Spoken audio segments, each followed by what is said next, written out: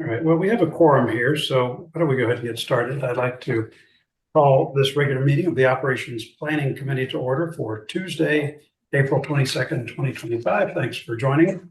Before we get started, and since we have a quorum, we have two sets of minutes to approve. They're for February 25th and March 18th. I've read through them and they looked okay. Did anybody have any comments? Okay, could I get a motion to approve the minutes of both February 25th and March 18th? Okay, Jim moves, Lori seconds, all in favor. Good. Okay. Lori, I'll let you kick it off today. Go ahead. Gee, I never get to kick it off. Wow, this is your big day.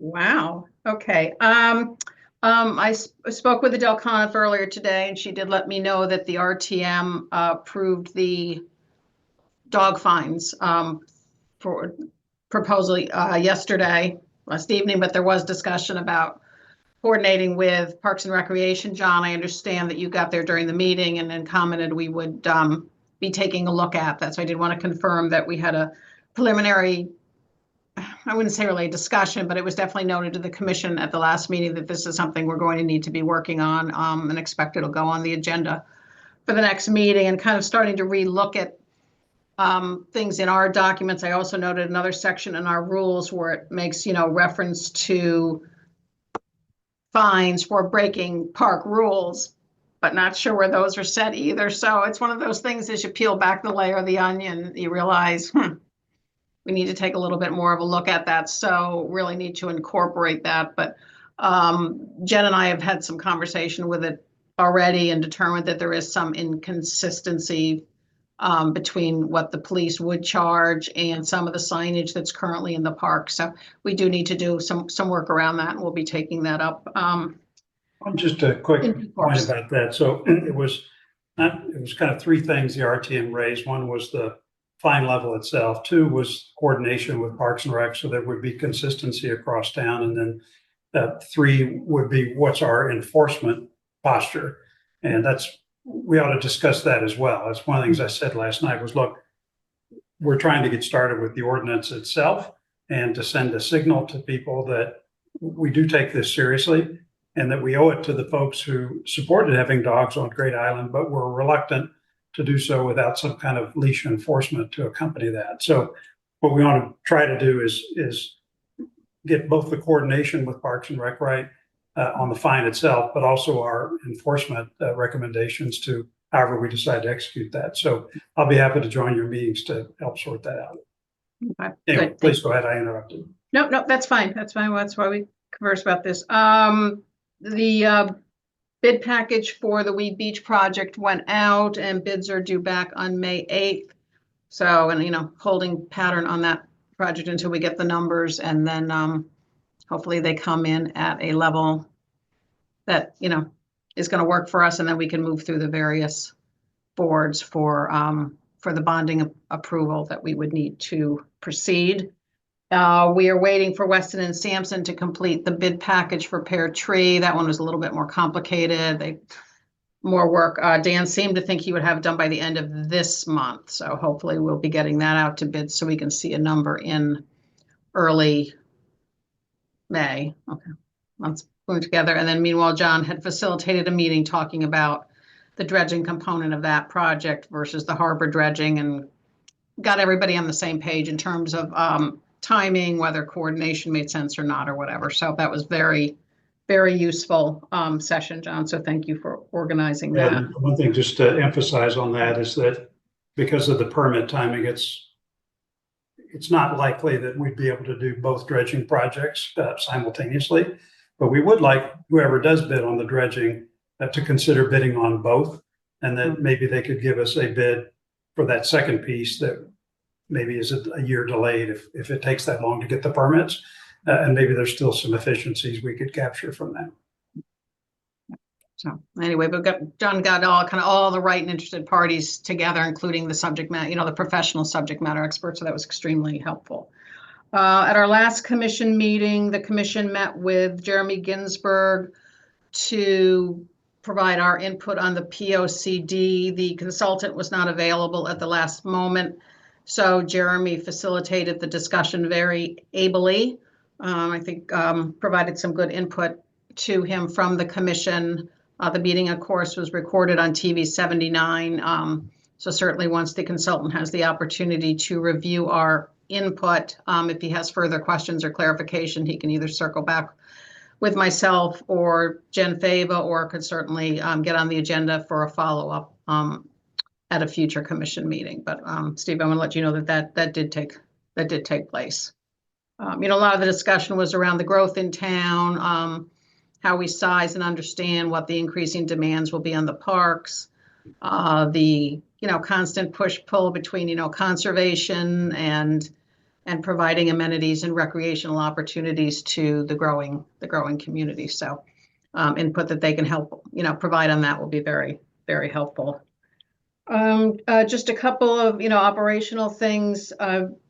Our staff had mentioned that they heard from Baywater that Baywater's not able to facilitate coordinating the summer concert series that they have done and during over the last few years. They used to be in that plaza, got moved over to Tilly Pond Park last summer, but Baywater was not able to handle that. Meanwhile, we have staff out on maternity leave, the individual who normally does that. So unfortunately, it appears that those Friday concerts are not, at least the regular series won't take place this summer, which is unfortunate. We're hoping perhaps when that individual gets back, she'll be able to organize maybe a concert or two, but we won't be able to have that regular summer nights series. Other than that, registration was for our programs was very, very strong again, as it always is. Some programming sold out within a matter of minutes. So we continue to see really great demand for the Parks and Recreation offered programming. And then also, I think as I previously mentioned, the Park and Rec staff has taken over managing and the registration for the town camp program, which has been in place for decades and whatever. So getting through this summer, as they had to pick it up fairly late into the registration, period. Expect to run at status quo. I think I understand, although there's technically 3 camps, that they're all going to run at Tokeneke because of the school construction. So if I understand it right, like Camp Henley will still be kind of Camp Henley, but be a Tokeneke or something like that. So, but they're working through all the logistics with the combination of, Alicia's passing, having to pick it up quickly and working around the locations and stuff. So that's kept them very busy, but is moving along. And I think that's all I have for now of note. Okay. Any questions for Lori? Jim? Nope.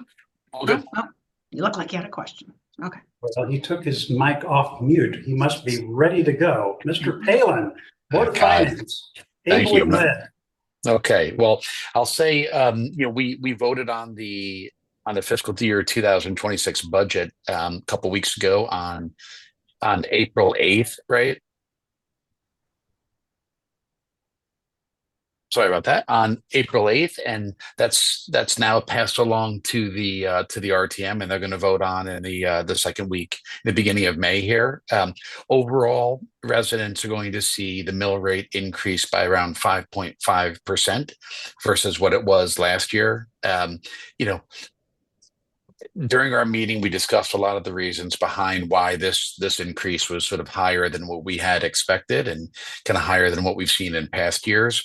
Part of that had to do with, there was a one-time, or I should say a much greater than average step up in our debt service. Part of that is due to, the large financing that we just completed a couple of weeks ago for the second half of the HHR project. Some of it is related to the beginning to amortize the principal from the Oxford School that was completed a couple years ago, and then also from some of the step up in the interest for the bonds that are financing Great Island. All in all, this kind of one-time step up was something that we sort of knew was going to take place when we were originally looking at HHR and buying Great Island, but it did sort of affect a kind of one-time step up in the mill rate. I think one of the other things that helped to kind of bring down our overall debt service, our overall tax rate increase was the fact that the town we were able to contribute about $3 million from our general fund, which is going to be funded by surpluses, which we're estimating will come in from the Board of Selectmen, both on the revenue and on the expense side, or I should say surplus and revenues, and a surplus related to lower than expected expenses. And same thing on the Board of Ed side, a little bit smaller, but we're also expecting a surplus to come back to the general fund there. So that $3 million contribution, which primarily went towards capital, helped to bring that mill rate increase down to the 5.5% we saw this year. Other things to note, beyond that, we went to market a couple weeks ago for approximately $50 million of 20-year long-term debt, which will fund some of the HHR project, and then another $40 million of short-term 1-year bond anticipation notes, which we're rolling 1 more year to finance the acquisition of Great Island. It's anticipated that next April or May we'll go out to market and then fund that over a longer term 30-year financing schedule. The market on the day that we went was a little bit volatile, but we did catch it at a relatively attractive point in some of the volatility we've seen over the past 3 weeks, given our AAA rating and the town's overall financial and credit metrics. Even during what was a otherwise volatile period in the market, and many other larger issuers had to kind of step out of the market, our AAA rating allowed us to go to market. We had close to 10 different large institutions bidding on both the short-term debt and the long-term debt. And overall, we financed the short-term debt just below 3% and the long-term debt just over 4%. So I think it was all in all a good financing outcome and relatively close to what we had been projecting. So the Board of Finance is going to kick off its otherwise kind of slower period over the summer. We're building an agenda for the summer. There's a number of different items that we're going to evaluate and try to get some work done and update some of our policies and guidelines ahead of kicking off budget season again next fall. So that's really it from an update on the Board of Finance side. Any questions?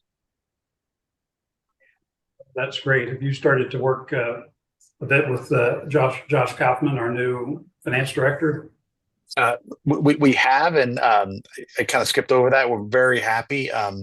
We spent a little bit of time with him. He helped us in our final meeting when we passed the overall budget, and beginning to interact with him more and more now, particularly in connection with closing this bond deal. So very happy to have him on board, and he's got big shoes to fill, but those are shoes that he seems to be very excited to dive into. Outstanding. Any questions for Jim? Okay, Jill, welcome. How are you? I'll hand it over to you. Thank you. Our biggest news is that since I was last here, Dr. Adley, our school superintendent, has resigned.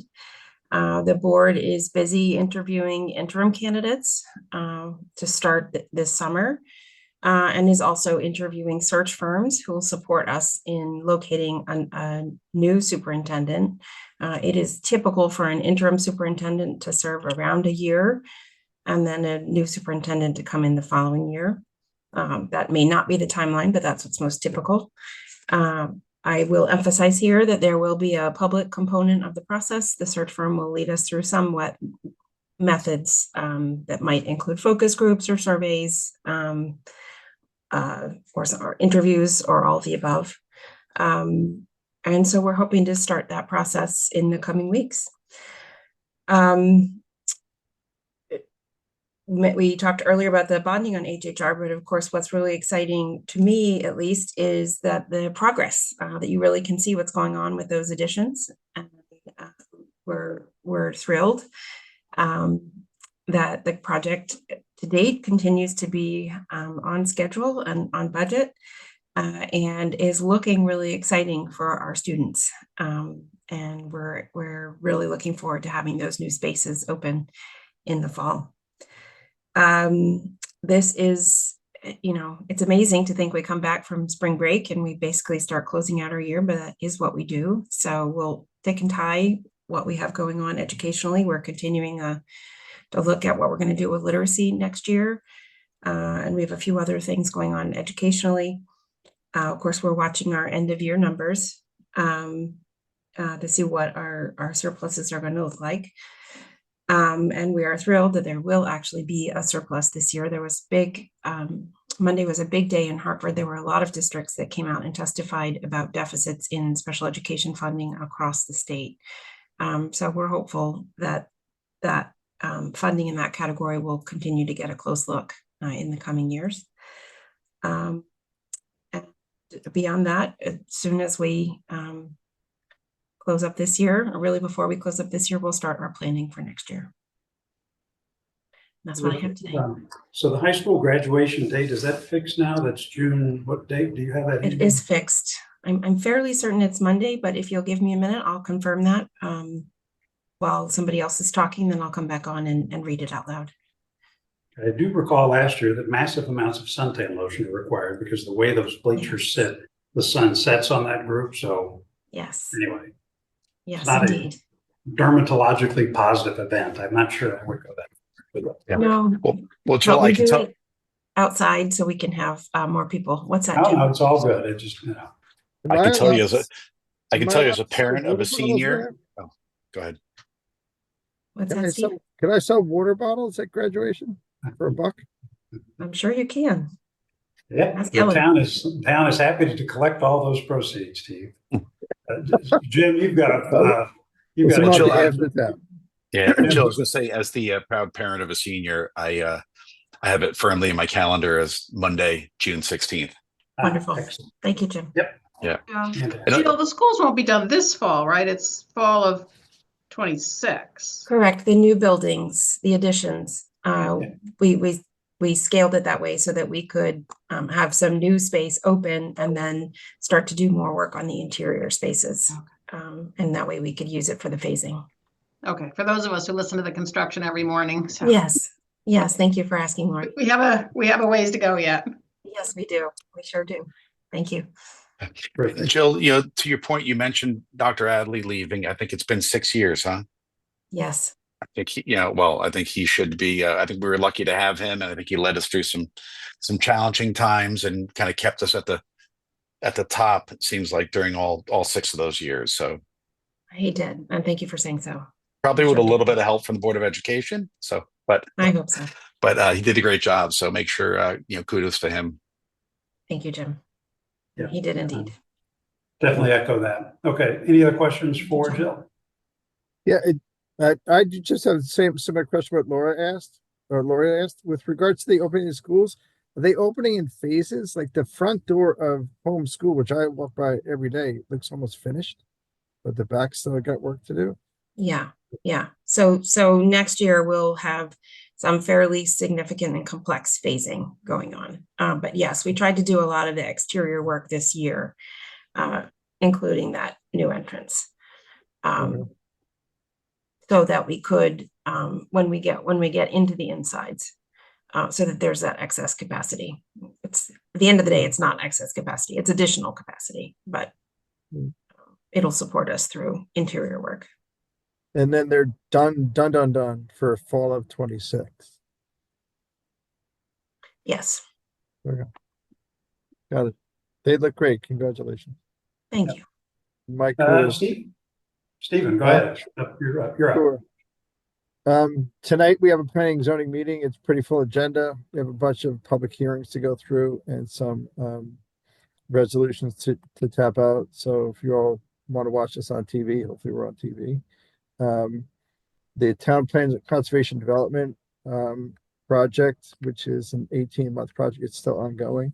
The consultant is going around to the various committees and boards and commissions and people that reach out to us to meet with them. And like Lori Boris said earlier, Jeremy may be going to some of those meetings and may actually go on behalf of the consultant and then report back to him. The consultant's going to report back to us about once a month between now and June of 26. What else? Staff is also helping the Great Island Committee. They're navigating their way through the master plan. And then there's also some zoning issues they want to try to navigate through and get guidance through. I think we'll have, maybe an application from those guys. I don't know if it's in the next week or next 3 weeks. But I think most of us in town, and especially on the P&Z side, are in favor of trying to get that project opened and utilized in some way, shape, or form for summer of 2025, where we are now. What else? The other thing that was kind of exciting to me is after a long hiatus, a long construction period, the new restaurant at Grove Street Plaza, it's called Roots Ocean Prime, opened last week to rave reviews. I think that opened up to the general public on last Monday, about a week ago Monday or something like that. It's if you get a chance to go inside there, the thing's absolutely beautiful. They just did a great job. It's kind of fun, and I think it's a nice addition to the town. And when I drive around the state and markets that I work in, I keep driving past places that say steakhouse, and our steakhouse is nicer than their steakhouse. Tonight we're going to see, and John, if I missed this earlier, but on the minutes for February 25th, 2025, the building that we're going to see tonight is it's 1897 Post Road, versus in the minutes it's called 1988 Post Road. So just got to transcribe those two numbers.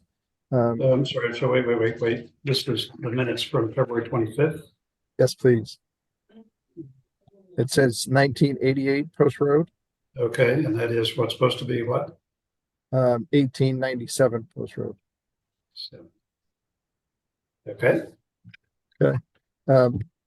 That is a proposed food court type of project.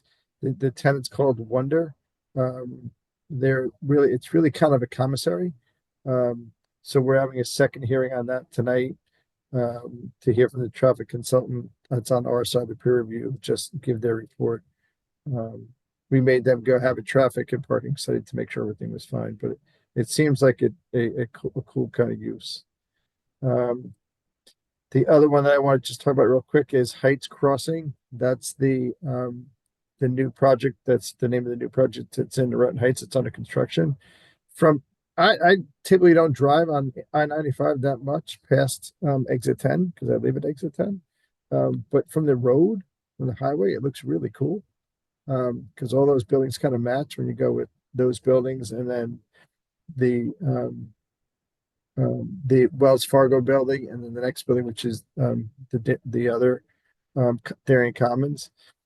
They in the last month, since our last meeting, they finally got real power and real hookup power from Eversource. That was one of the delays that they were having, which was an internal delay. We wouldn't know from the outside. What that does, that gets a bunch of the interior tenants soon. And like I said at the last meeting, the Goddard School is supposed to open for September. In the last month, they've secured a few new tenants. They did have to come into a P&Z meeting. They were going to have 2 full-service restaurants. Now they're going to have 1 full-service restaurant and 2 quick-service restaurants. So they changed that. I think I said it last time. There's 10 affordable units inside that project. They're already spoken for. So all those are leased. And the balance of the building on the residential side, it hasn't even opened, is probably 30 or 40% leased already. That's 65 total units, including affordable. Yes. Yep. Mostly 1 bedrooms and 2 bedrooms, and there's a handful of 3-bedroom apartments. The Corbin District, you can really see that thing coming out of the ground now. From the interstate and from the ground, you can see which is the parking garage. I think I've mentioned this a couple of times. It's called the Texas Wrap. Once they start to build the buildings, that garage is going to be wrapped inside other buildings. So you'll never see that garage again. You could also see the one of the elevator banks sticks up tall. That is an elevator bank that's, I think, in the tallest building that's in the project. So that's the height of it, basically. There might be some facade work or roof line on top of that stuff, but they're definitely not really flat roofs. But that project's going along well, and you'll continue to see elevator banks and buildings go up, and then the facade go up around it. So that's that project. One thing we talked about it last time, and I'm going to rope this into another one. The Travel Crow project that is at Thorndale Circle was approved. That building, they're probably going to break ground at the end of the summer, more like September. And at the end of the day, that's going to have it's definitely going to have 25 affordable units.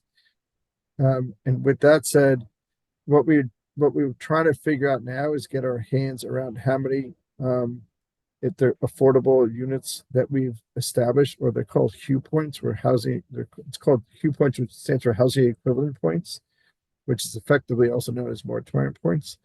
Staff is working on that count to see how many moratorium points or HUE points we're going to get towards another moratorium in town.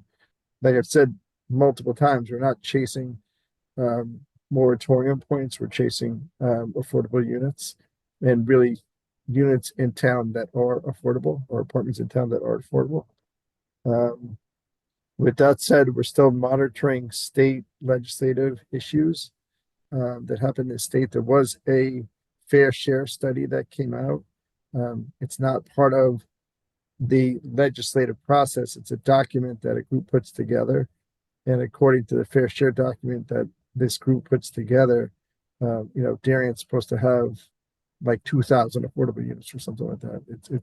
It's a very large number that is never attainable because there's no land to put it in town. Maybe it's just a tool that planners use that are in Hartford, but it's never going to happen in Darien because there's no place to put them. The other project that is kind of sort of out there is on Heights Road. There's two little small office buildings. They're known as 90 and 10 Heights Road. There's a for sale sign on it now. I'm told that the broker is going to ask for bids or pricing on that either this week or beginning of next week. We've never seen anything in the planning and zoning side of the house with regards to what someone wants to put there. So usually what happens before people put in pricing, they'll have a sense of what could be built there. But again, that to me is a key piece. Recently, if you do go over there, the sidewalks of that whole project are effectively finished. It's really making that part of town walkable. And I've said this multiple times. The goal always was to be able to walk from Avalon all the way up Heights Road on protected sidewalks on both sides. So you get to Chase Bank and Noroton Avenue. And the V20 people in Vaccaro, they did a great job. There's, I think, a couple more pieces to do, and then this 90 Heights Road areas to be done. I think that's pretty much it for me. We always monitor stuff that is for sale in town and stuff that's going on for sale in town, and the ones we keep on our radar screen too are the two buildings on Heights Road. Oh, no, I'm sorry, on Tokeneke Road. Those buildings are office buildings. That something may happen with them someday. The buyer, one last thing, the buyer of 3 Parklands, which is an approved office building that's going to be converted to residential, that site sold as an approved project. The original applicant passed away, and his family sold it to another local developer. That developer is supposedly coming back in to P&Z. They already went to ARB for some, facade changes and design changes of the building, which are not material, but it got approved. Every time something sounds like that, the new buyer usually changes something. Supposedly they want to come back into P&Z for something else, but I've not seen that application. But we keep our eye on all that stuff. And I think that's it for me, unless anybody has any questions. Is there a timing for the Bertucci's demolition and starting work on that new car wash on the post road? Yeah, they pulled their demolition permit. the thing is fenced in. They don't think they really started in earnest on it yet, but I can check on that and get back to you on when that's supposed to be knocked down. No worries, But it's just it's a high visibility location, so I'm just Yeah. wondering. Okay, If you do go up the street, you know, the traffic for this weekend, I went to Costco, wasn't really bad, but maybe it was an off weekend, I don't know. But that tire center at Costco's finished. okay. And they'll probably move it to Okay. there soon. That's something just right across the border that we keep our eyes on too. Steve, did you hear from the H&H about how many respondents you got for the POCD survey? Were they happy with, you know, the level of input? The gentleman, Neil, the last time, I don't know the exact number, Lori, Mhm. but the gentleman, Neil, was positive at the initial part of it is. What he's actually honestly done is we told him, and he piggybacked on top of the Parks and Rec Commission email site or email chain. So Mhm. you guys have a great email, you know, I get a lot of them. Yep. So I think he tapped into yours, and then he also tapped into the First Selectman's newsletter one. So they don't close that survey, but there definitely is a closing date for it when they're going to. Oh, so it's not closed yet? No, Oh, I thought it was. Okay. no. What they're going to have one, then there was a minute survey, then there was a couple other ones, but they're still doing a lot of reach out at this point in time. Yeah, it was interesting because Jen had come to me because somehow she stumbled on a policy about when the Parks and Recs distribution list will be used, and it was very, very old. And it's another thing you discover it, you got to do some work on it. But you know, she and I felt that, you know, that survey is so aligned and important to what goes on in Parks and Rec in the community that, you know, we've done it for Great Island. So, you know, we were like, absolutely, we want to support this. But it's just another one of those things you kind of stumble on in terms of, you know, having something that I guess commission approved way before I was on there about, you know, kind of using our mailing list for other purposes. But So you effectively had to approve that those consultants' use of your mailing list. yeah, which That Jen makes and I sense. sort of made an executive decision because it was time sensitive. And the way it's read in kind of, it reads kind of a squishy way. So anyway, but that's another thing we're going to have to just tighten up. Okay. Okay, terrific. For me, just for good order, since we had edits, could I get a motion to approve the February 25th minutes as amended with Steve's correction? Steve moves, Lori seconds, all in favor. Okay, great. Okay, for me, I'll be brief. Just to build on Lori's point about the RTM meeting last night, I appreciate all the questions that were asked and raised, particularly on dog fines. We did get to a good spot on that. And as Lori said, we'll definitely work with Parks and Rec to try to get a consistent approach to not just the fine amounts themselves, but our enforcement posture and cadence. So we will definitely work on that in the coming weeks and months. One thing I'd say to just the RTM and particularly the committee chairs, if you have these kinds of questions going into an RTM meeting where there's some uncertainty, like there was on dog fines, definitely reach out to people. If you can't get an answer, I'm literally available 24 hours a day. Just pick up the phone and call my cell. I'm happy to talk about any of this and try to answer your questions in advance. You don't get to a meeting with the kind of uncertainties that we had last night. I'm here to help at any time. Please contact me. Building also on Lori's point about the Weed Beach bid. So those bids being due May 8th, we'll pick the lowest bid. And I'm certainly motivated to get that project underway. Certainly Lori is. I'd love to see that space transform. The plans that they have are terrific. And I think the community will be well served when that project gets completed and it makes that whole space usable in a way that it just had not been before. So I'm very excited about that. I did want to just thank the Board of Finance on one dimension, which was the quality of questions that they had in the budget process. I watched them ask a variety of people, and I participated in being asked questions myself. I thought they were very high quality, and it advanced our thinking and helped us get to a better answer. So I just kudos to everyone on the Board of Finance who helped us with that. Also Jack Davis and other members of the RTM who've been part of the discussion leading up to those discussions that they will be having with the RTM. I think it just makes for a better process if people have been clued in all along, so that when we get to the point of approval, everybody's been paying attention. So just thank you for all that. I'll conclude with what this week is, actually 2 last points. This is Volunteer Appreciation Week, and there's a few things going on. I had a chance to speak briefly at the Senior Center today. This was a lunch set up for volunteers and all the folks that are contributors to our Senior Center and the many programs that go on there.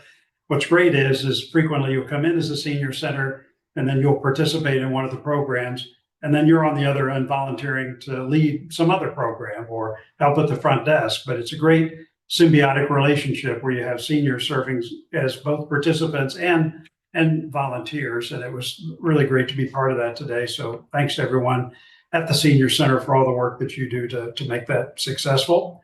As Mark McEwen said at the department heads meeting this morning, they're looking for volunteers to be trained with helping to manage town shelters. In the event of a major emergency, we do have shelter facilities that can be opened up. We do need volunteers to be trained and how to support and organize that should that ever come to pass. So if you're interested in that, call my office. And then last, I did see a post on Instagram that Post 53 is looking for rising 9th graders, so kids currently in 8th grade who would be interested in becoming members of Post 53. That application process is out right now, and I think it ends pretty soon, May 3rd, if I've got that right. Yes, May 3rd. So definitely reach out to Post 53 if you're interested. Parents, give them a call, or 8th graders, please do that. That is a fantastic organization and really something to be terrific to be part of if you're a high school senior. The last thing I just wanted to mention is something I've been thinking about for a while. If I think through the comments that I get from developers and builders in town, I think they are very appreciative of all the work that our various committees associated with that, certainly yours, Steve, but also EPC, Architectural Review, Zoning Board of Appeals. All of those different groups are very professional and staffed by great volunteers, as well as staff working for Town Hall. The one consistent comment that I get, it's kind of a wish list comment, is they wish that they could get approvals for what they're seeking faster. I never get a sense from others, or this could be commercial developers or anyone involved in a residential construction or redevelopment process. They're not looking for the rules to be different. They just wish sometimes that decisions could be made much faster than they are. And so one of the things I'd like to talk about in the coming year with all of the boards is, if we were to just lay it out a question, even a challenge, what could we do as a town to improve the speed and efficiency with which decisions for developers and for residential homeowners are made? That's again, a consistent comment that I get, and that's something that I'd like to explore with all the boards that touch our developers and residents who are looking to do construction work here in town. So more to come on that conversation as we move along. That is all I had on my list for today. Does anyone have any questions for me or comments generally? Hearing none. I appreciate this meeting today, and we will reconvene again next month. Thank you very much. Could I get a motion to adjourn? Motion to adjourn. Bill moves, Steve seconds, all in favor. We stand adjourned. Thanks, everybody. Have a great rest of your day.